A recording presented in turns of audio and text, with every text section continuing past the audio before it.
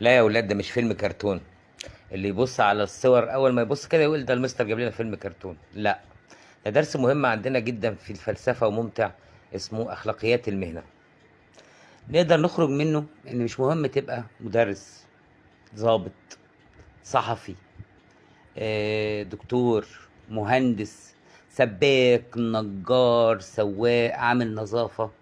المهم انك تقوم بدورك على اكمل وجه، تقوم بعملك على اكمل وجه.